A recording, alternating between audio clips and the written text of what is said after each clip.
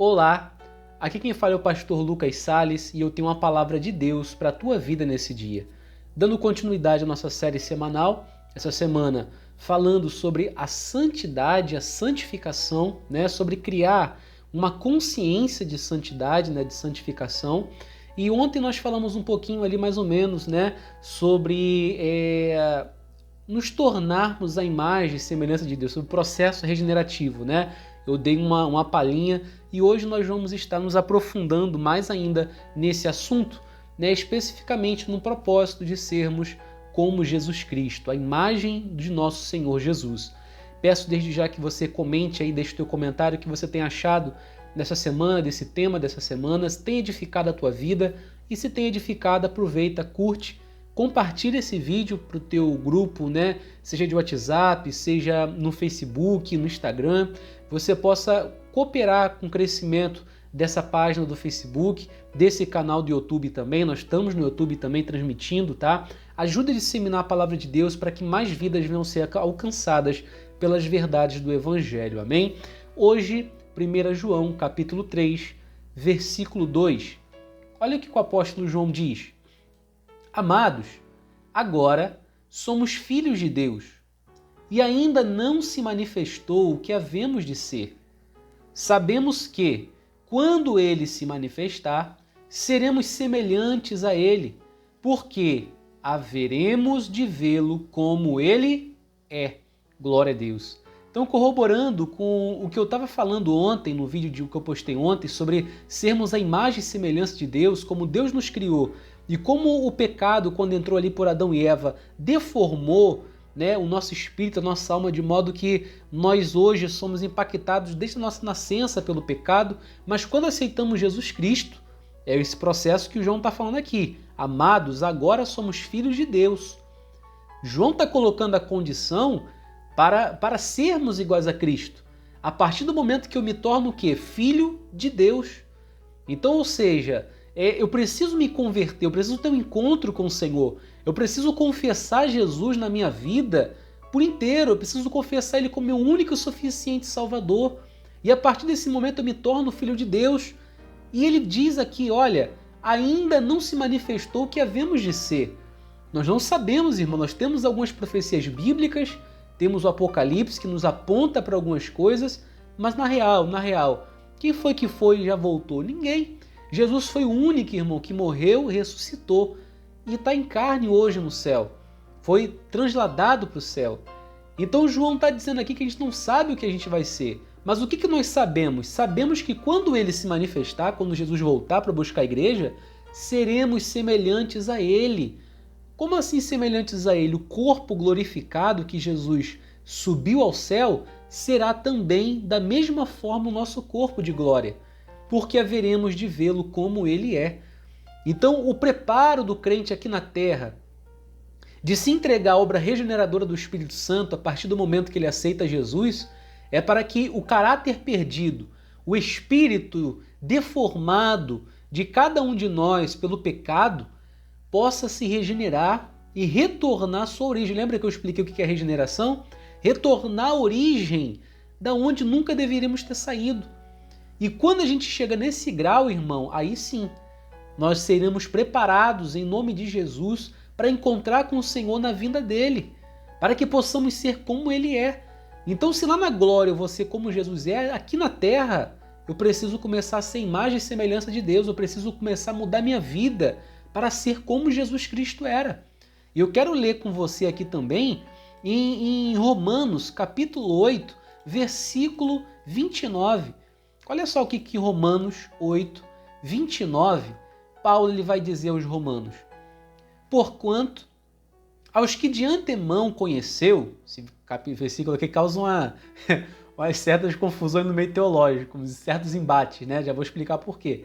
Porquanto aos que de antemão conheceu, também os predestinou para serem conformes à imagem de seu Filho, a fim de que ele seja o primogênito entre muitos irmãos. Aleluia! Então, ou seja, nós fomos predestinados, irmão, a sermos conforme a imagem de seu Filho. Então eu não posso dizer que eu sou cristão, que eu levantei minha mão para Jesus, se eu não vivo conforme Jesus viveu, ou se pelo menos eu não me esforço em viver.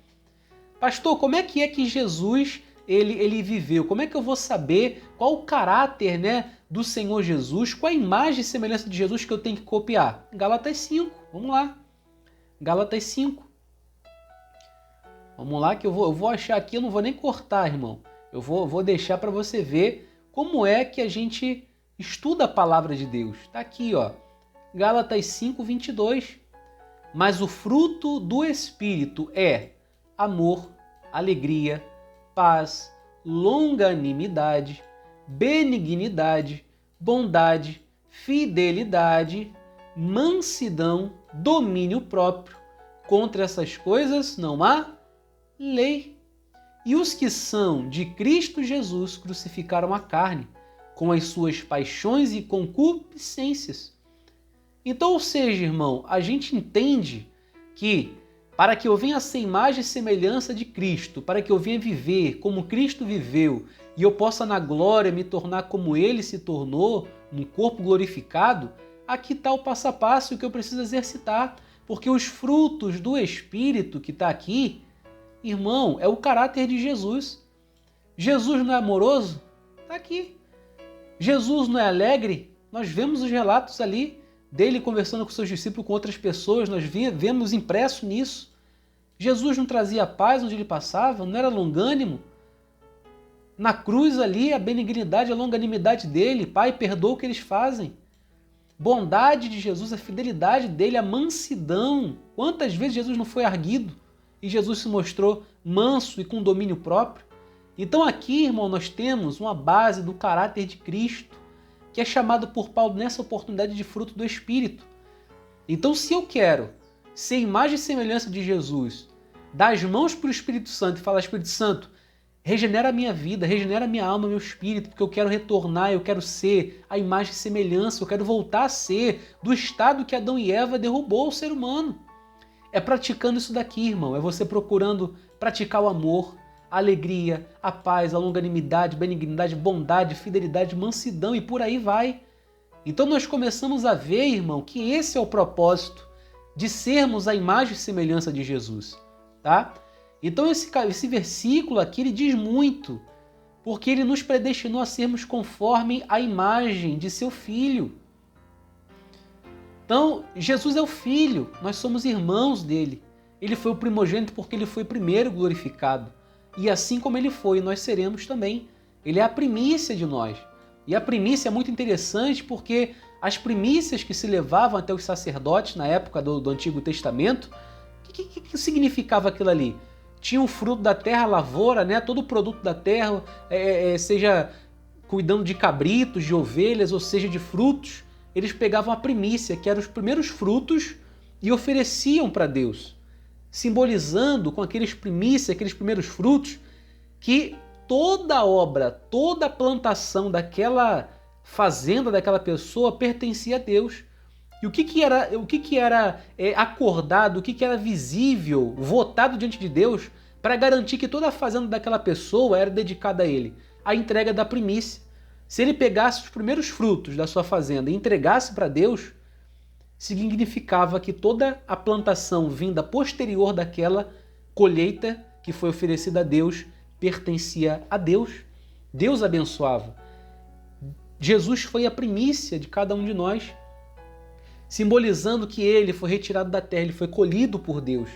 E todos aqueles que creem nele pertencem a Deus, que somos nós.